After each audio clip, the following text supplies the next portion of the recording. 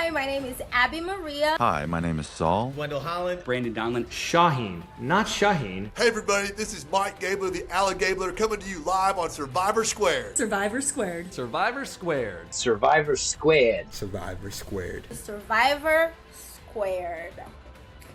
Well, I hate saying I was right, but God damn it, Bailey, I was right. Today on Survivor Squared, we are breaking down the latest episode of Survivor Season 50. There are only 7 players left. We went from 9 to 7. 2 players went home. One of them I was long waiting for, and then the other one was super hitting you in the heart. Sad, sad, sad. Bailey, we're at the final stretch. There's one more episode before the finale, but dare I say it, we can talk about the twist. We'll break everything down. This was arguably my favorite episode of the entire season. Yeah, I mean, I think they're really just picking it up at the very end here. Like last week's episode was arguably my favorite episode. This week was just on par with that. I mean, there were multiple times I had to rewind even just like 30 seconds because I was just like, whoa. Did I just catch everything? Like what all just happened? And like having to rewatch certain parts of it because it was just like bing, bang, boom, boom. And just...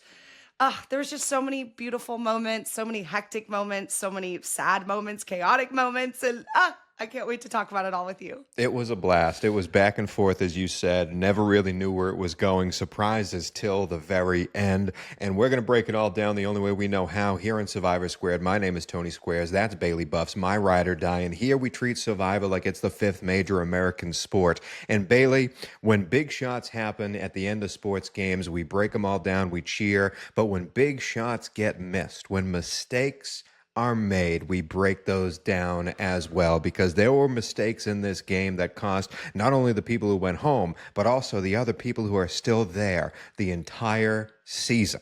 I think this was the most pivotal episode of the season. Easy to say as we're dwindling down the numbers. These are going to get more and more pivotal, but this really could have shaped the end game with the way this was all handled. And I think multiple players are affected by the mistakes made by other people in this game. And they could have changed it. They could have changed it themselves, and yet they could not see the forest through the trees. But Bales, we start off with an incident. This was labeled as an incident heading into this, coming next week. Something happened during the challenge that changed the way Survivor Season 50. And we had our first, talking about sports, instant replay. We had to get a review. We had to get VAR on the phone because during the immunity challenge, a fantastic age-old challenge, they got to balance on a structure in the waves. They have to go to 1 foot because all of them are still on there. And people start dropping like flies when they're in this situation. You only have 1 foot to balance. And Tiffany is the last player standing. Huge cheers for Tiffany because people are rooting for her. She gets an immunity necklace again. Can she go on a run here? Can she save herself? Can she be a Savannah this season and have a bunch of immunities in a row? Tie a record maybe? And then as they're giving her the necklace, Jeff goes, hold up. Points to his ear. Hold up. We got to go back to the watch here. And you know what? I saw it on the long cutaway drone shot of all of them on there when they're all balancing on 1 foot. Tiffany's standing there with 2 feet, and I kind of noticed it, and I'm like, well, maybe that's just a flub in the editing. Maybe we didn't get the countdown in time. No. Tiffany got her foot up too late.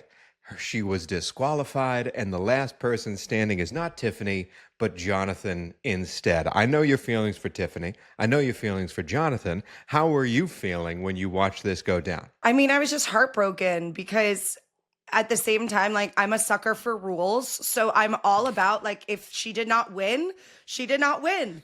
Like, I am a textbook Libra, by the book, rule player. Like, so...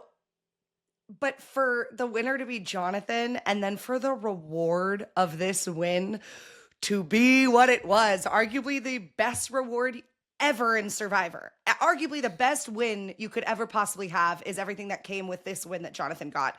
So to see that stripped away from Tiff, and then to just have the sweetness continuously piled on, and just to see her face, like, you could also tell she was pissed, obviously, but I think Jeff handled it in the perfect way of, do you trust me?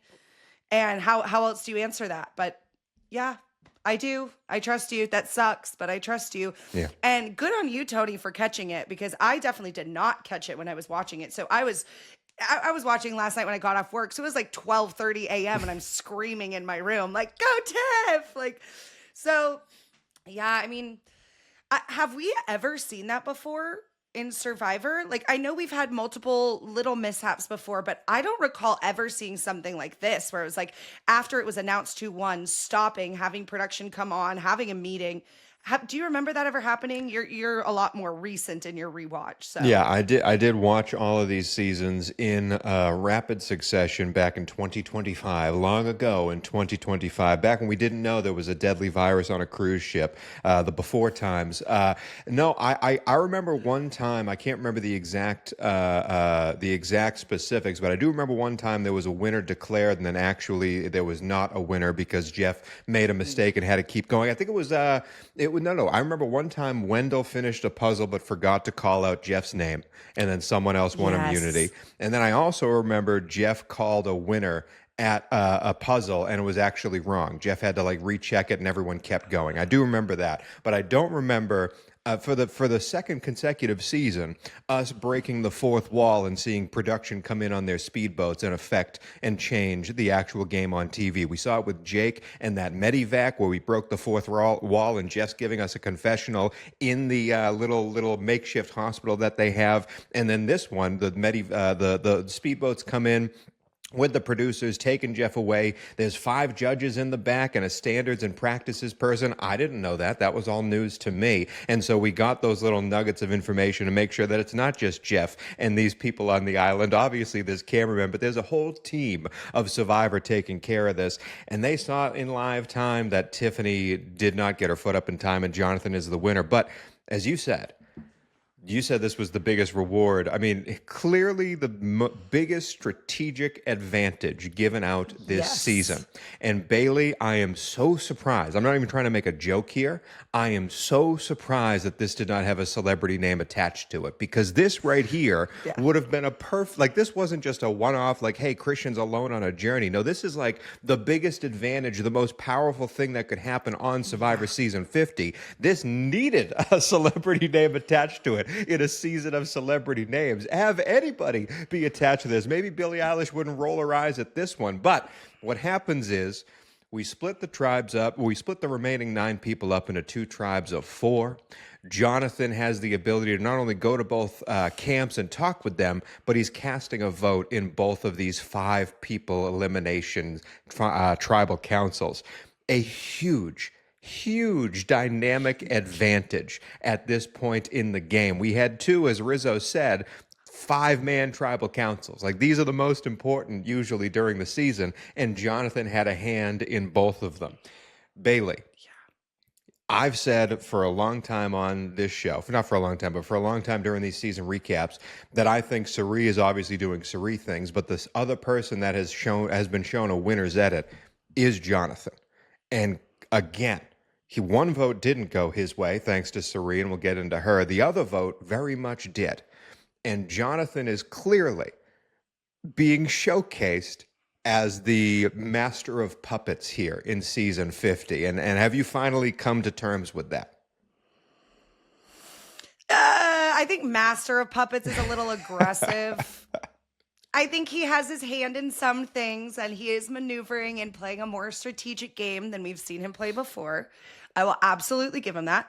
And I don't disagree with you that the edit he is being given could be argued as one of a winner.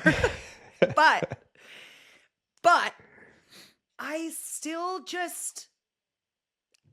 I'm just unimpressed. I am.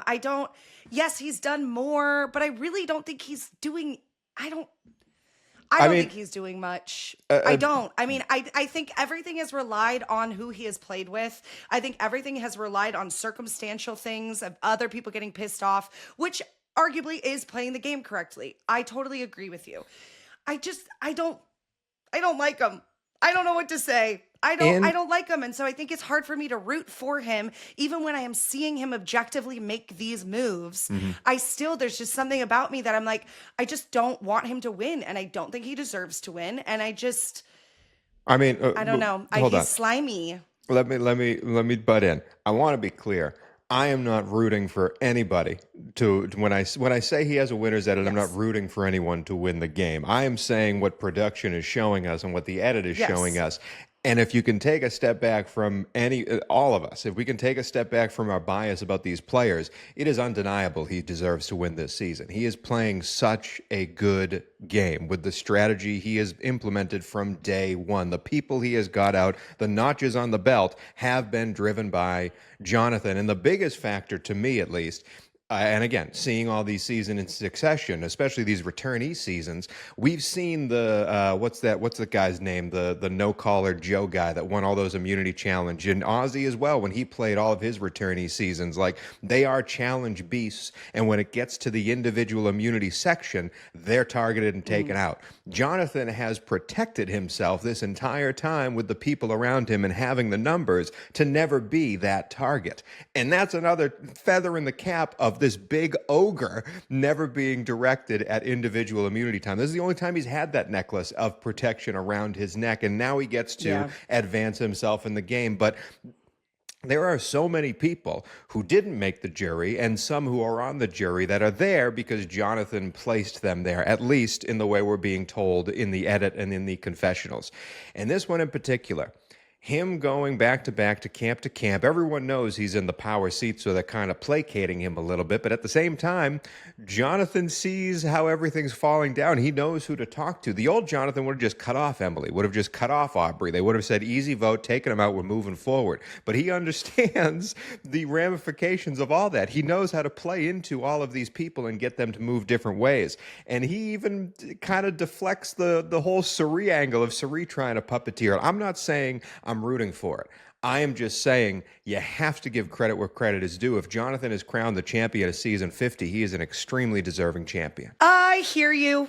I just disagree. I think Devens' resume is more impressive. I think Siri's resume is more impressive. I think a lot of what happened this episode with Jonathan, specifically like going straight to Siri and talking about the Ozzy thing, had this situation been different, Siri could have saved it. But the fact that she wasn't on the same island as Ozzy, she could have. I don't think that was foresight from Jonathan. I think that was Jonathan trusting Siri and not even listening to the information that he was getting of how they're them two to the end, no matter what, no ifs, ands, or buts. Then he immediately goes to Siri and tells her his whole plan with Ozzy. So I hear you, and I do agree that the edit is giving him that. And I will give credit where credit is due. He is playing a much better game, much more strategic game, and he is manipulating people. I'm not discrediting that, but does he deserve to win season 50 with all these returning players? In my mind, no. If he did win, I would understand. But do I think he deserves it? No. I think other people have played better than him. I think other people have outwitted and outplayed him. So we'll see. And we still got to whittle down 7 into 3, and it all depends on who that final 3 is. As you said, Devens and Siri have played fantastic games. Their resume is growing. And let's go to Devens, because I was really... Again, I say these things on our podcast early as kind of foresight, like me trying to predict what's going to happen and kind of see the forest through the trees here. And the whole beginning of this episode is sort of kind of reacting to what happened with Devens and Mr. Beast. And I think Rizzo said that was the craziest tribal ever. And it keeps cutting to Joe, who is so out on Devens. It is remarkable. And I continue to sit here and I am amazed that Joe is being portrayed as I really like Joe. The edit is portraying him as a huge dummy.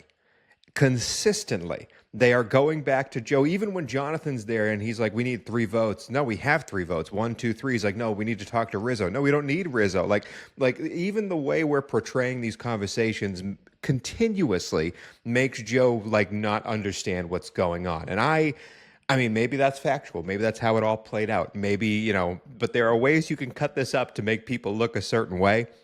And they are clearly showcasing Rick Devens frolicking in a beach and kicking his legs up for the drone camera, and then cutting to Joe, who's just depressed in the tent.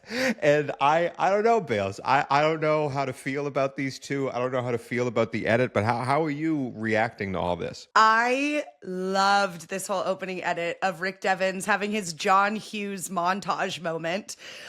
He looked like freaking Ducky from Pretty in Pink, dancing on the beat. He was doing the Carlton, in the middle of the beat. They're on day 20 something. They're exhausted. They're miserable. And here we have Rick Devens over here just doing a little ditty. Like, oh my God, it cracked me up. I just thought it was so funny. And then another moment I just really want to highlight, because this was so impactful for me. And I think this is like really case in point why I love Survivor so much. That conversation that Devens and Ozzy had on the hammock about their fathers, about their just, being dads. Like, moments like that, the humanity, the no matter where you come from, we can all find some common ground. We can all like just relate to each other and resonate with each other on such a human level. I think is something so important, specifically right now in life. And like, it's just moments like that make me so grateful for this show, because it highlights just these beautiful moments of humanity, and specifically with two men being very vulnerable and opening up with their feelings. I loved that moment. And we see the chaos of Rick in this whole beginning of the episode, and then pretty quickly it cuts into this humanity of Rick. And I just really thought that was cool to get to see all these different sides of him. I will agree with you. He's not getting a winner's edit because they are giving him John Hughes like montages, but I thought it was just so tender, and I just really loved that moment of them talking just about their dads and about fatherhood. I thought that was so impactful. Yeah, I want to touch on that moment in a second, because I want to talk about Ozzy at length here. But moving it forward, you said you saw the different sides of Rick, and then as the episode progressed, you saw that strategic side of Rick. You saw that joyful, happy-go-lucky, he's going to bring the chaos, he's going to go crazy side. But then we saw him and Emily coming together and being like, how can we succeed here? And hat tip to Emily, man. Like, I have berated her. I have, said she's my least favorite person on this season. I don't think she's playing a very good game. I have been very open and honest with how I feel like Emily is playing. Nothing against the person. It's all about the player. This episode in particular, she was fantastic, because she understood immediately what needed to happen in order to push herself forward. Sadly, she went against another strategic mastermind in Siri, but her convincing everyone to throw their votes on Devens because she's going to convince Devens to give her the idol. I'm so surprised that many votes went on Devens in order for this to happen. I did not expect it. I did not expect them to believe Emily in any way whatsoever because of how her gameplay has been. But she gets Devens on her side immediately because he's safe. He's going to be playing the idol on him anyway. That's Emily's master plan. Easy to convince Devens to play the idol on himself, and her knowledge to go like, let's push this 7 layers deep so I can get ahead. It almost worked. It really almost worked, and hat tip to Emily. Had it not been for that extra vote, for Cerise's extra vote. Yep. And you know what? That was something very curious to me that, again, I don't know if my memory is just trash, but Cerise's extra vote, she was able to use it in the revote. I didn't know that you could do that. I thought if you use the extra vote and then you had to revote, that advantage is gone. But there were 6 votes when they did that revote. So I don't know if you can touch on that or if you have any information on that. But in the past, I don't recall that being the case. Yeah, I could be wrong. I only, this is a very nerdy way to answer this question. And it could have changed from past seasons to now, but I only knew that an extra vote was allowed in a revote because I've been running these stupid Brant Steele simulators in order to make videos online, and it happened in one of the simulators.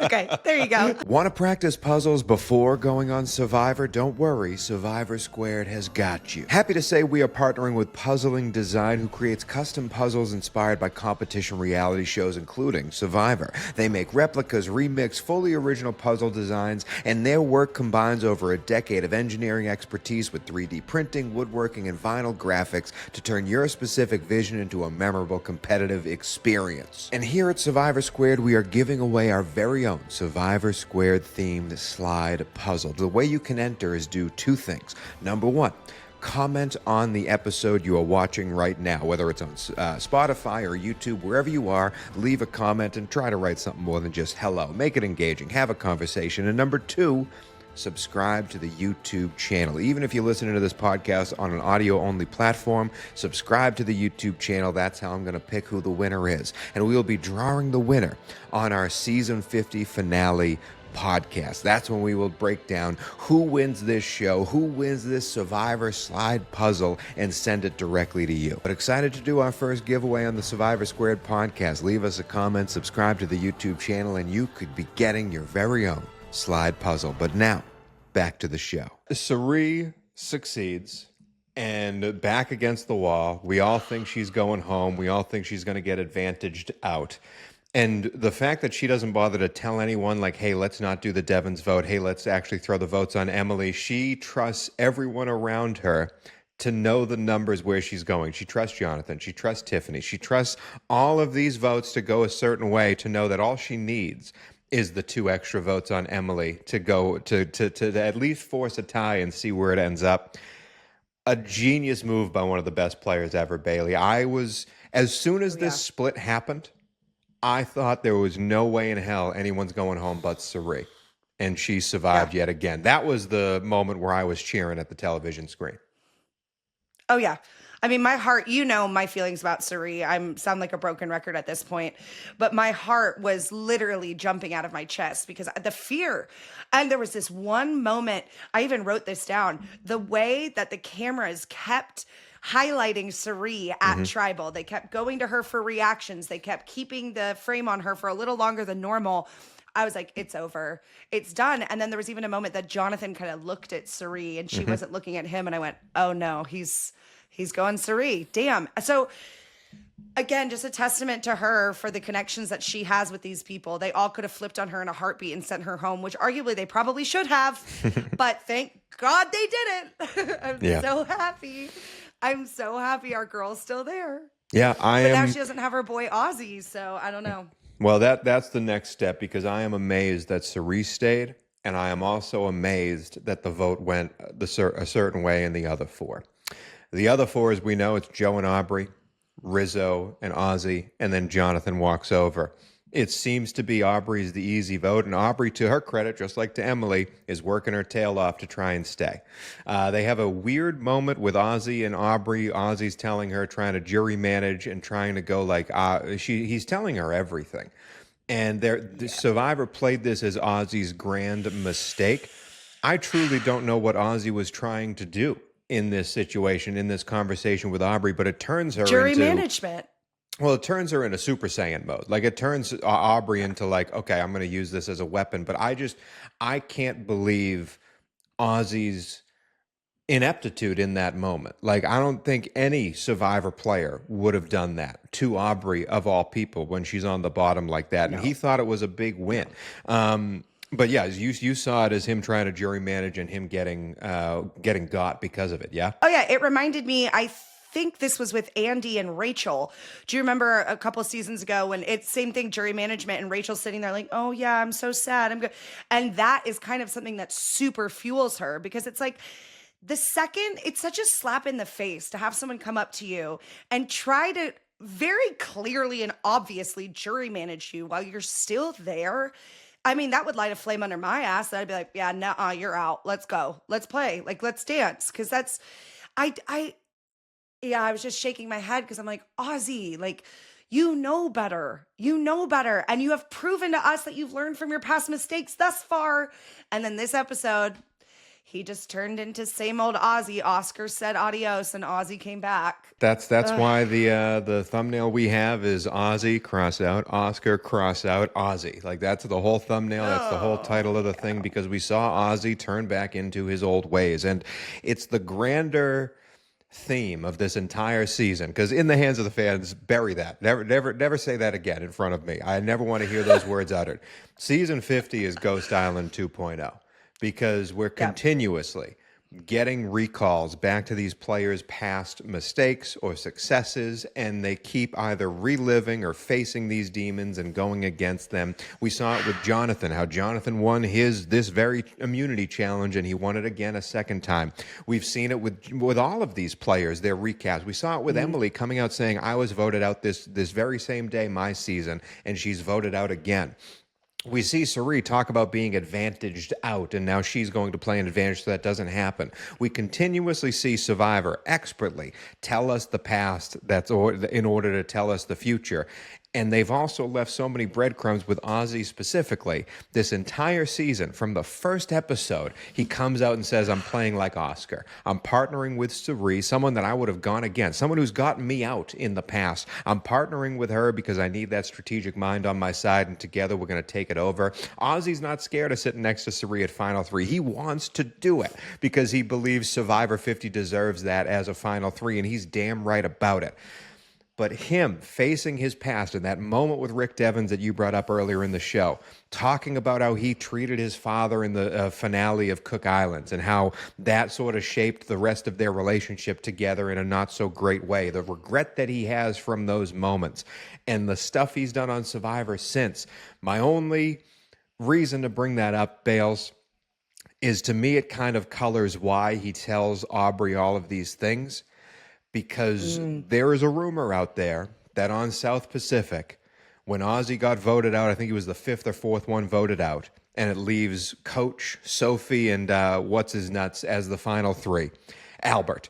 And there's a rumor out there that Ozzy at Ponderosa told everyone what Coach was doing and how Coach ousted him, and then drove a lot of votes towards Sophie because of that. And Ozzy knows that if he sends people continuously to Ponderosa that can spread the good word of Ozzy, that might help him in Final Tribal. Now, me, the gamer, the guy that would love to play this game and has imagined the many ways it can go, I am very much like a Kyle or a Camilla, where I would hold all of my cards until this grand reveal at Final Tribal and hopefully use that as a convincing step. But Ozzy knows the game much better than I do. He's played it much more than I have. He might know that some of these votes are made in Ponderosa and not at Final Tribal. We don't get to see that on camera. It's technically not supposed to happen. However, he knows how the inner workings of the game is played. So I say all that to say, this Ghost Island effect, if they had just called season 50 Ghost Island 2.0, it would have been a perfect theme. But as we saw, Ozzy could not escape the demons that have been chasing him. You know, I really relate to Ozzy to some extent because, like you, I mean, it's been my dream my whole life to play on Survivor. Hopefully one day I will get to.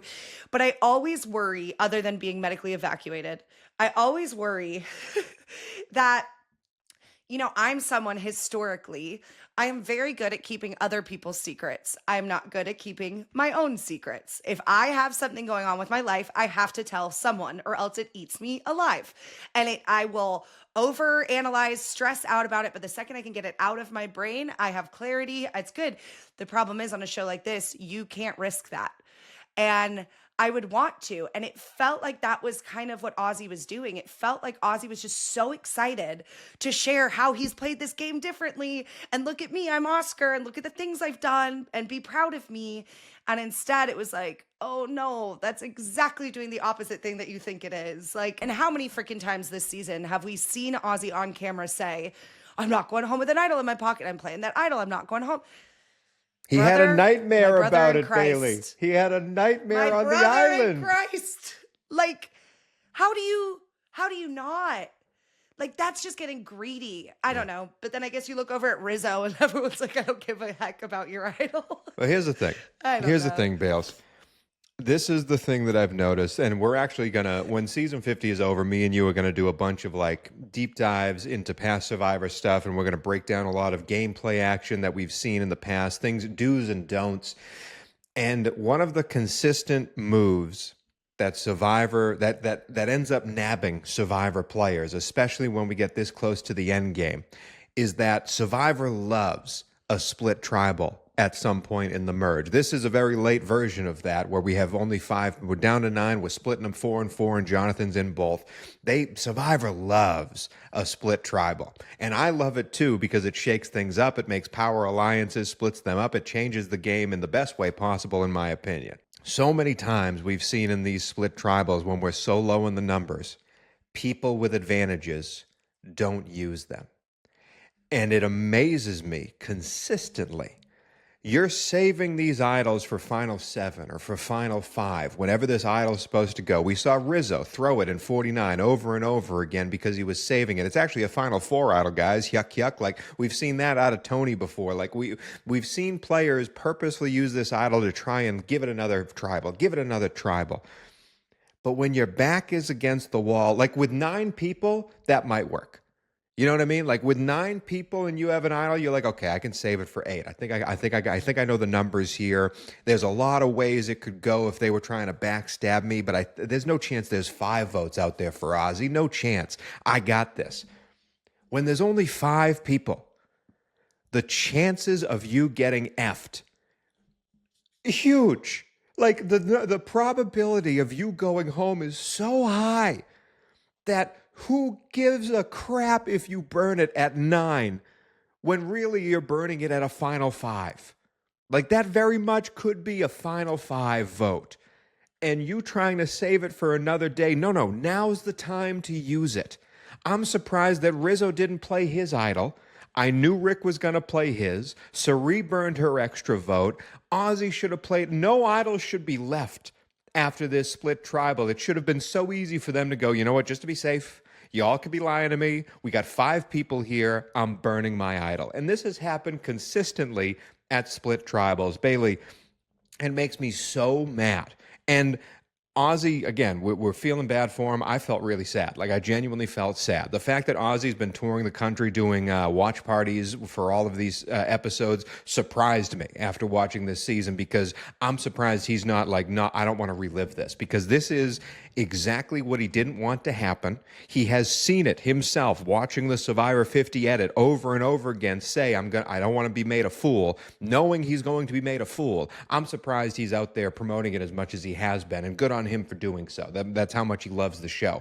But Jesus, Bales, this one hurt. It really hurt. And I think the most confusing part to me was also like, Ozzy, having this idol has been a detriment to you and your game. So here's your opportunity to use it in a high stakes environment, get rid of it so people stop staring at you because of the idol. And now eyes maybe would be more on Rizzo because he's the only one that hasn't flushed his advantage. It truly was lack of foresight, and it crushed me. It really did. But, you know, I think when you've played as many times as Ozzy has, and you've already gotten the feedback online about you, nothing's going to get to him at this point. I mean, he clearly sat with those choices. He clearly felt the weight of his decision at the end of that tribal, and I'm sure has had nothing but time to process it, grieve it. So now, you know, good on him. He is someone that's like, I'm still going to celebrate this. Yes, I made a mistake, but I'm bigger than that. And I mean, he looks better than Joe. He's getting a better edit than him. So there's always that. The repercussions of this, obviously Emily goes home, and that kind of ruins the Emily Devens Christian alliance that they had brewing. That's now just Devens, and I guess Aubrey's included there. But Sarizit of Oz is no longer Sarizit of Oz. And I understand Rizzo. Put it this way. They have not shown why Rizzo did this. They showed that Rizzo was like, why was Ozzy talking so much? He goes to Ozzy afterwards. He's like, I'll explain later. And Ozzy's like, no, you won't, which was a perfect, like, big boying Ozzy did of like, sit down. I don't want to talk to you right now. To me, if Rizzo tells Ozzy to play his idol and they get Joe or Aubrey out, doesn't matter. There's 7 players left. Siri, Ozzy, and Rizzo make 3 of them. Tiffany's really in bed with Siri. That's 4 of the 7. That's the end of the game. If Ozzy plays his idol, Survivor 50 is over. And one of those 4, Rizzo, Tiffany, Siri, or Ozzy, is winning the season. So it amazes me that Rizzo didn't force Ozzy to play his idol and get to that final 4. It amazes me that he didn't see that end game. However, the only reason I believe Rizzo didn't do that is because that final 4 of Tiffany, Rizzo, Siri, and Ozzy, whoever he's sitting next to, he can't beat Siri or Ozzy, and he might know that part of it. I would have loved to see Rizzo explain that in a confessional, because this was him turning on that alliance. And now the game is wide open. There was the end game in sight, and now it's absolutely wide open, especially when Rizzo enters and he sees Emily in the jury. He knows Siri is safe. So do you think Rizzo had the foresight to say, I can't beat Siri or Ozzy in Final Tribal, and we just didn't see that? Or do you think this was truly a mistake by the youngest kid on the beach? That's such a good question, Tony, because I I don't know. I'm absolutely 100% split torn for both ones because we've seen him be an encyclopedia of Survivor. He knows this game. He's a massive fanboy. He knows the numbers. He knows the stats. Like, so for him to not think that through is hard for me to believe. But because of knowing his gameplay, I don't understand why he would do that. I was really waiting all tribal for him to tap Ozzy on the knee or tap him on the shoulder and be like, yeah, bud, play your idol. And we didn't get to hear from him. So I'd hope that that's an interaction we will see with him and Siri next week in the very beginning of the episode. And maybe we'll get a little bit more insight into what Rizzo was thinking. Because I agree with you. It blew up their game. Like, if you had just kept Ozzy in, you could have had Tiff, you could have pulled Jonathan over too. The way that they want Devens and Aubrey out so bad, like, it would have been so easy. Yeah, I don't know if it was just him getting caught up in the moment of like, I just witnessed the best tribal council ever and I just got to meet Mr. Beast. Ha ha ha ha. I'm not thinking. Or if it really was more strategic than that. But what a shame that we didn't get to see those insights from him in a confessional. I'm sure they exist somewhere. Yeah, or maybe it was a mistake. It was either a mistake or him making a devil that you know is worse than the devil that you don't type of situation. Like, and now we have a final 7, where again, when we saw this play out originally, when we saw this cast laid out in front of us, we were like, "There's 12 old era and there's 12 new era," and we also have some absolute legends out here. And there's no way they let Siri last. Siri's still in it, Bales. Siri is still in it. She is by far the oldest of the old era players in there. The old era players are just her, Devens, and Aubrey. And Devens and Aubrey are players that started in the 30s, Devens in 38. And then the new era players, we have 4 of them with Joe, Jonathan, Tiffany, and Rizzo. Rizzo playing in the most recent season, Joe the season before that. Like, there is a very much new blood feel to this final 7. And I have no idea how it's going to play out. Bailey, 1 episode left before the finale. I did not watch the coming next week because I really don't like watching that. I like to see it all unfold in front of me. What 5 players, assuming it's a final 5, what 5 players make the finale? Jonathan, Tiff. I think that's a no-brainer. I think they both will be there. I think Joe will probably be in final 5. He's not much of a threat. And Rizzo. I feel like that last spot is going to be between Devin, Siri, and Aubrey. Mm-hmm. I think that last final, I'm going to say Siri because that's who I want more than anything in my soul. But I fear it might be Aubrey. I think Devens and Siri might be the next 2 to go.